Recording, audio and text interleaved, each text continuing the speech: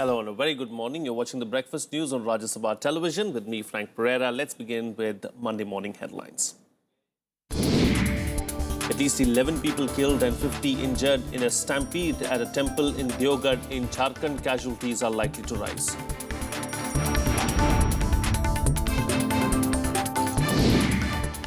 Fourth and last week of monsoon session of Parliament. No breakthrough in sight for logjam, even as suspension of Congress MPs in the Lok Sabha ends today.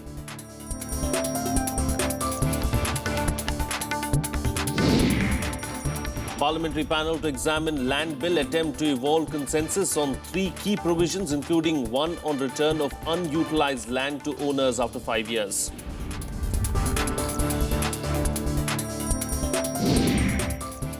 World Badminton Championships to kickstart in Jakarta. Parupalli Kashyap and HS Pranoy to lead India's challenge.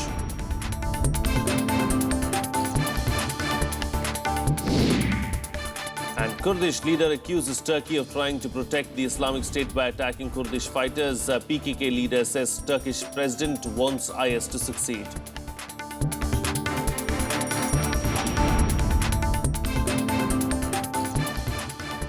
Well, at least 11 people have been killed and 50 injured in a stampede at a temple in Deoghar in Jharkhand. Thousands of devotees flock to the goddess Durga temple in the month of August each year to offer the holy water of the river Ganga to Lord Shiva at the town's famous Baidyanath temple. According to the district administration, the stampede occurred at 5 a.m. when people were trying to jump a queue in order to get closer to the temple. The injured are being treated at the local hospital. The town sees the maximum crowd on Monday. Last week, around 1 lakh people had converged at the temple. The district administration had held a review meeting of arrangements on Sunday to monitor the situation.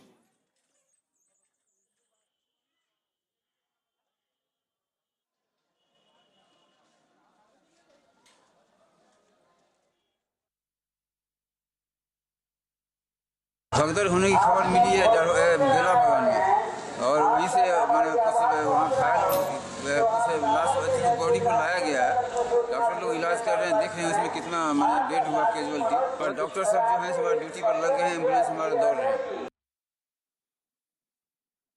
So there you have it. Of course, this is a tragic incident that took place at around 5 a.m. in the morning today, where 11 people have been confirmed dead so far. Several others have been taken injured to nearby hospitals. Of course, the death toll is set to rise as the day goes on. And let's not forget, there are several people who are injured severely in this particular incident. This is a temple in Jharkhand in the Deoghar district. The temple is Baidyanath temple, of course, where thousands of devotees flock the temple, and Monday sees the highest number of crowds.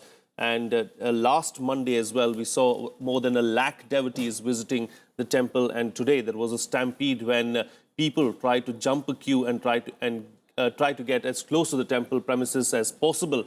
And that's when the stampede occurred. Initially, of course, 8 people were confirmed dead, and now, of course, the toll has risen to 11, and that toll could only rise further. The situation at the moment, of course, is grim. The situation has been controlled at the moment, but several people have been taken to close by hospitals in critical condition, of course, and they are being treated by the doctors there. This incident took place at 5 a.m. in the morning, just a few hours ago. 3 hours earlier is when the incident took place at the Baidyanath temple in Deoghar, Jharkhand. Thousands of devotees, of course, flock to the goddess Durga temple in the month of August each year to offer holy water of the river Ganga to Lord Shiva at the town's famous Baidyanath temple. And these visuals that you see on your screen right now are from the Baidyanath temple in Jharkhand.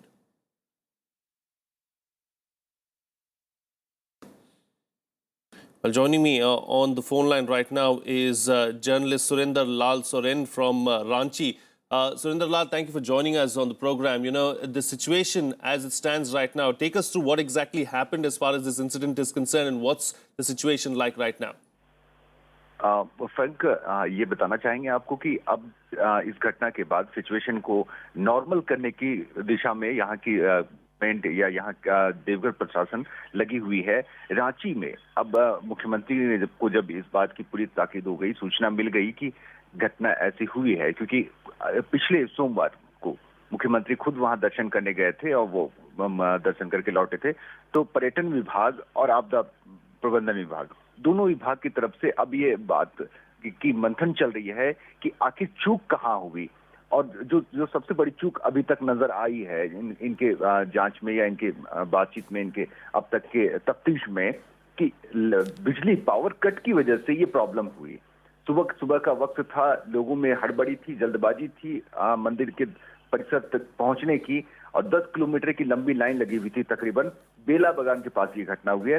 तो बार बार जो power cut हो जा रहा था अंधेरे की वजह से ये अफवाह उड़ी कि किसी के पैर में सांप के वहां होने की अफवाह उड़ी, जिससे वहां लोगों के बीच भगदड़ मच गई। पीछे के लोग आगे वाले लोगों पर चढ़ते चले गए और इस तरह से ये घटना घटी। तो अब मेडिकल की पर्याप्त सुविधा देवघर में मौजूद है, लेकिन जो 50 के तकरीबन जो घायल हैं उनमें से ये देखी जा रही है कि किनको और अधिक उचित इलाज की जरूरत है, उन्हें रांची भेजने की कोशिश की जा रही है। लेकिन मेडिकल की पर्याप्त सुविधा वहां होने के कारण और इस श्रावणी मेला की वजह से पर्याप्त डॉक्टरों की प्रतिनियुक्ति वहां कर दी गई थी।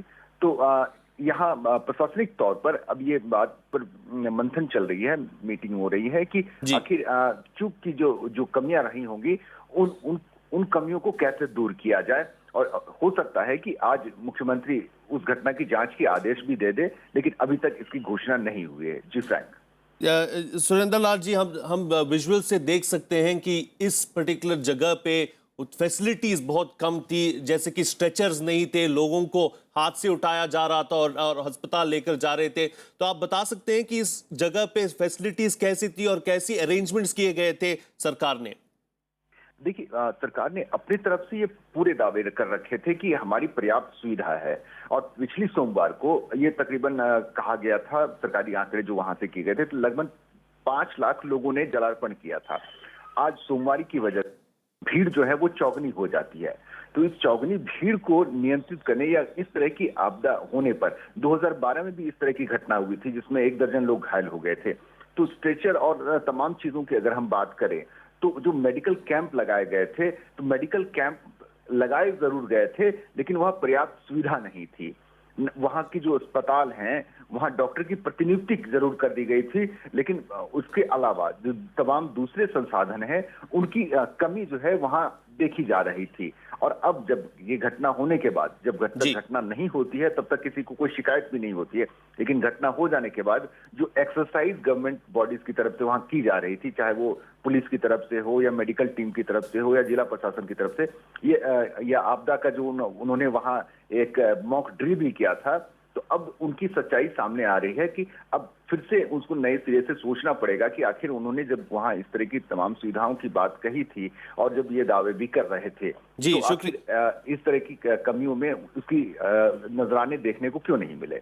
जी, शुक्रिया सुरेंद्र लाल जी हमसे बात करने के लिए। Thank you so much for joining us on the programme and sharing what exactly is the situation like there at the moment. Of course joining us right now is Sushil Bharti, editor of the Prabhat Khabar. Sushil Bharti, thank you for joining us on the programme. Sushil Bharti ji, आप बता सकते हैं कि अब का स्थिति कैसी है वहां पे बैद्यनाथ टेम्पल पे?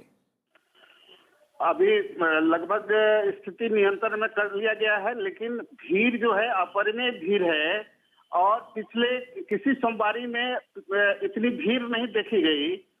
और ये जो घटना हुई है, कहीं ना कहीं चेक पॉइंट की कमी है। हर जगह है कि आप कितने भक्तों को आज जलार्पण कराएंगे, एक निश्चित होना चाहिए आपके संसाधन के हिसाब से, वो यहाँ नहीं है। और चेक पॉइंट का जो अभाव है वही इस घटना की परिणति के रूप में तब्दील हुआ है। ये बराबर है कि दुम्मा है और कई चेक पॉइंट है जहां पर आप कांवड़ियों को रोक सकते हैं और उसके बाद वहां से फिर आप उतनी संख्या ले सकते हैं जितनी संख्या जलार्पण कराने की व्यवस्था आपके पास है। तो वो कहीं ना कहीं वहां चूक हुई है और जिसके कारण ये घटना इस ढंग से हृदय विदारक घटना हो गई। अभी भी लगभग 2 से 2.5 लाख लोग लाइन में लगे हैं। मंदिर में एक बाह्य जलार्पण की भी व्यवस्था की गई थी कि ताकि कमी हो, लोग सुलभता से अपना जलार्पण कर पाए। लेकिन आश्चर्य है कि इस यहाँ बाह्य जलार्पण की जो व्यवस्था है पाइप के द्वारा, उसमें भी लगभग 1.5 किलोमीटर से 2 किलोमीटर लाइन अब लग चुका है। जी तो ये स्थिति है। जी, सुशील भारती जी, बहुत बहुत शुक्रिया हमसे बात करने की, और thank you for so much for explaining to us what the situation really is like there in Deoghar at the moment as things stand right now. The incident, of course, let's remind our viewers once again, took place at 5 a.m. this morning. 11 people have been confirmed dead so far. It was a stampede that took place because of electricity outages, and also because people tried to jump a queue and get as close to the temple as possible. And that in turn resulted in the stampede where 11 people have been killed and 50 injured as things stand right now.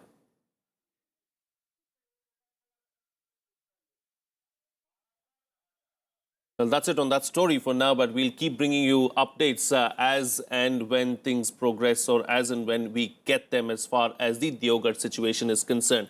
Moving on now, the monsoon session will be in its last leg when Parliament convenes today. Ahead of the start of the fourth week of this session, Parliamentary Affairs Minister M. Venkaiah Naidu criticized the Congress and other opposition parties for stalling Parliament from functioning.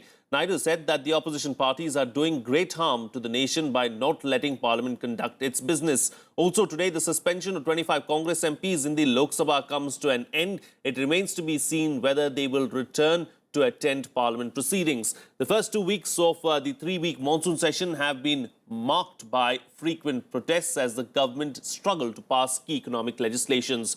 Meanwhile, Union Home Minister Rajnath Singh also appealed to opposition parties to extend their support in passing the Goods and Services Tax Bill. The bill seeks to create a new indirect tax regime that will comprise various central and state levies.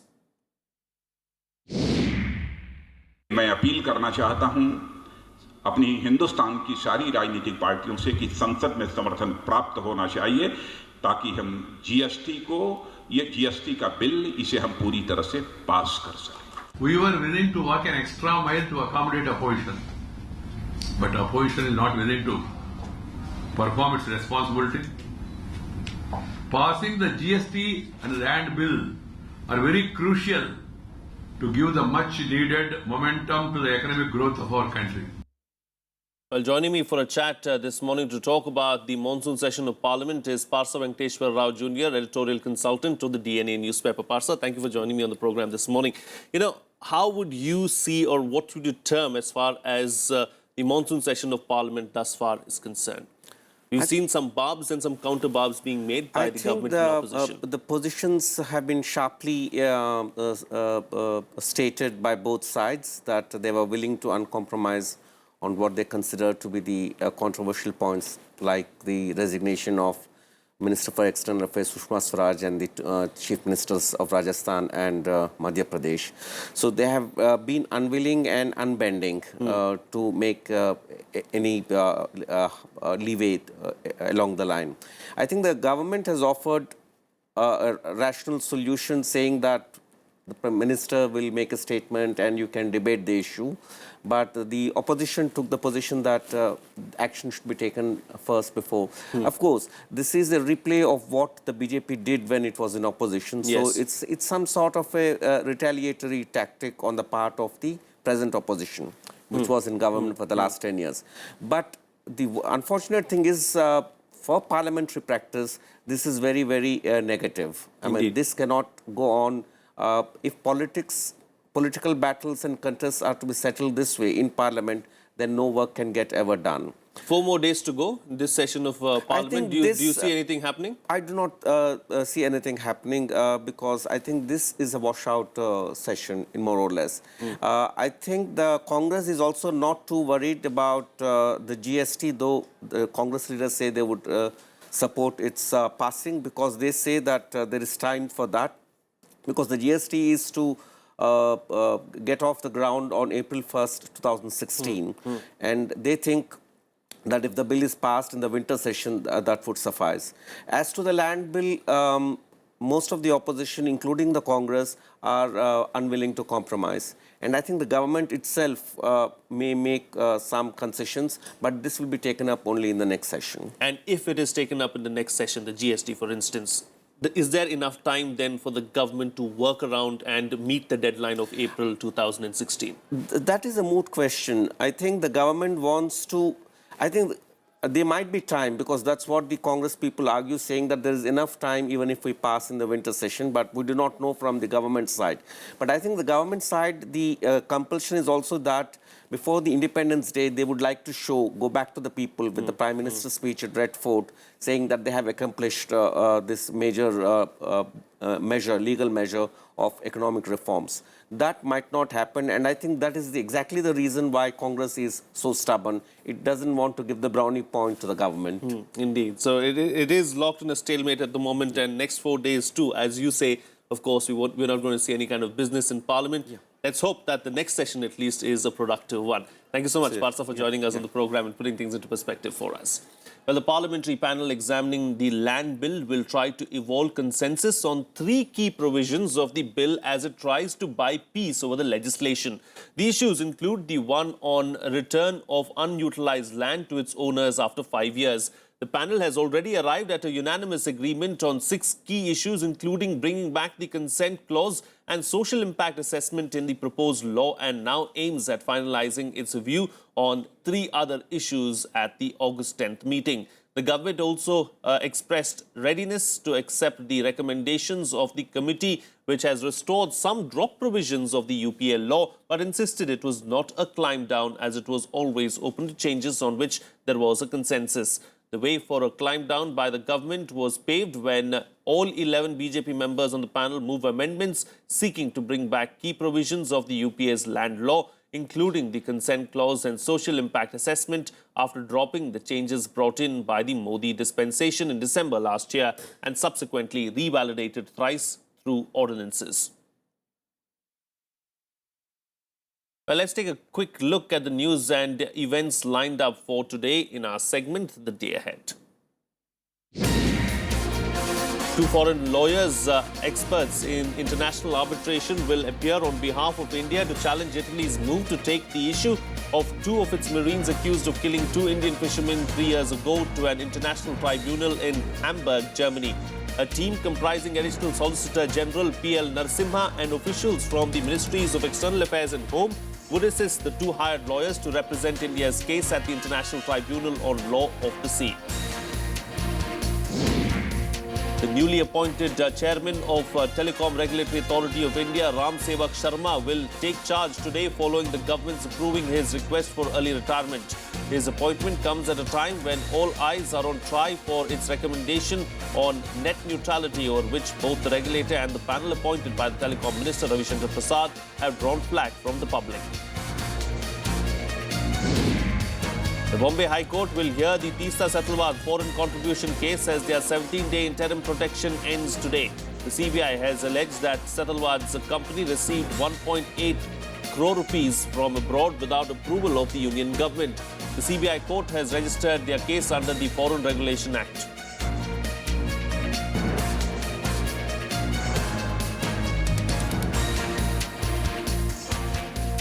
Well, it's time for a short break now, but still to come. Pakistan rejects India's protest, says it will not invite Jammu and Kashmir Assembly Speaker to the Commonwealth Parliamentary Conference. That and much more lined up on the other side. Stay tuned, we'll be right back.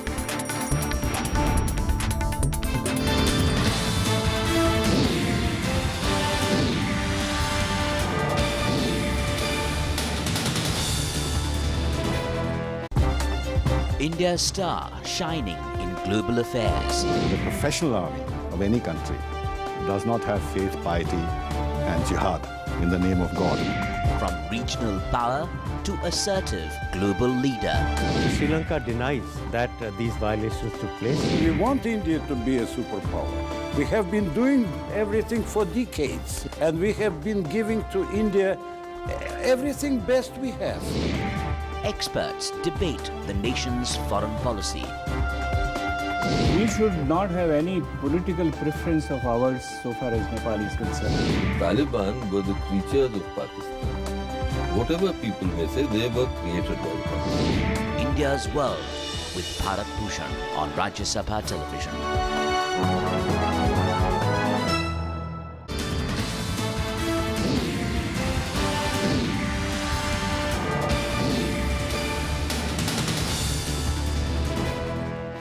Welcome back. You're watching Rajya Sabha television. Well, Pakistan has refused to invite Jammu and Kashmir Assembly Speaker Kavindra Gupta for the upcoming Commonwealth Parliamentary Association Conference in Islamabad.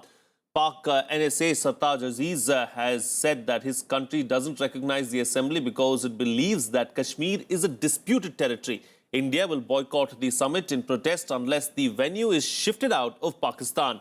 However, the decision is unlikely to impact the NSA-level talks later this month. Here's more. Pakistan has ruled out inviting J&K Assembly Speaker to the Commonwealth Parliamentary Conference despite India's protest. Pak NSA Sartaj Aziz said Pakistan's position on J&K will be compromised if the Speaker of Kashmir is invited to the conference.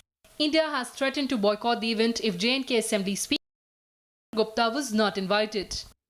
The centre has requested the Commonwealth chairperson to shift the venue from Pakistan to ensure India's participation. But the chances of any change is remote. Coming ahead of the NSA talks later this month, India sees Pakistan's decision as provocative and intended to derail the proposed talks. Speaker of the J&K National Assembly is not invited. They would not participate in the conference. I think that's how it should be. I think it should go on because if we cancel the talks, we are then playing into their hands. This is what they want. They want to prevent the talks. So it is up to us to see that if you want them to succeed, then you will cancel the talks. However, the centre is still keen to go ahead with the NSA talks. On Saturday, Union Minister Nirmala Sitharaman clarified Pakistan's decision is unlikely to impact the talks that were agreed upon by Prime Minister Narendra Modi and his counterpart Nawaz Sharif in Ufa last month. I won't know what is running in the minds of the Pakistani establishment. But certainly, Government of India's position has been made very clear. The NSA level talks would go on. While reports say that NSA talks will be held in the last week of August, there are no official dates announced for the meeting. There is no clarity either on what will be the agenda for the talks. Despite two major terror strikes in the past 2 weeks, Pakistan is unlikely to agree to raising terror-related issues in this meeting. With inputs from Akhilesh Suman, Bureau Report, Rajya Sabha TV. Meanwhile, Manipur has been reeling under severe floods. Relief and rescue efforts are on, but it is being hampered by broken bridges and washed away roads. People have been able to find some kind of shelter in relief camps after being displaced by the flood waters. Here's a ground report.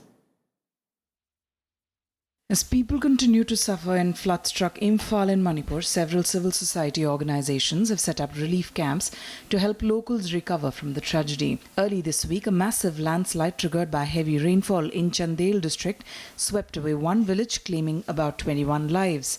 Teams from the National Disaster Management Response Force and the Army had been sent on search and rescue operations, but roads and bridges had been washed away, making it difficult to reach stranded survivors. In Thobal, more than 700 houses have been submerged, forcing villagers to take shelter on road.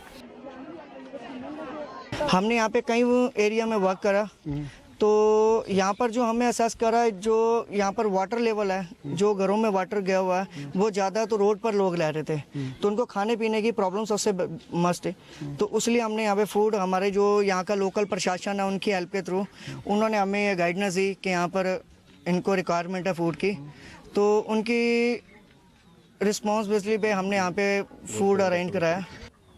The flood also destroyed more than 70 fish farms and paddy fields. All over the country, at least 206 people have been killed due to monsoon-related accidents. Though there has been a respite in rainfall, overflowing dams and rivers which have risen above danger levels are causing problems. Bureau Report, Rajya Sabha TV. On to our top international focus now. Weeks after Turkey began its crackdown on the Islamic State and PKK, the chief of Kurdistan's Workers' Party has accused Turkey of trying to protect the Islamic State group by attacking Kurdish fighters. PKK leader Semil Bayik alleged that Turkish President Recep Tayyip Erdogan wants IS to succeed to prevent Kurdish gains. Kurdish fighters have secured significant victories against Islamic State militants in Syria and Iraq, but Turkey, like a number of Western countries, considers them as a terrorist organization. Turkey denied all allegations and reiterated that their fight is only against terrorists. On the ground, clashes broke out between Turkish forces and PKK in Cizre as Kurds tried to prevent Turkish security forces from entering their town. Turkey recently joined the US-led coalition in its fight against Islamic State following several attacks on its borderlines. The US, meanwhile, has sent 6 F-16 jets and nearly 300 personnel to an air base in Turkey on Sunday, stepping up its fight against Islamic State.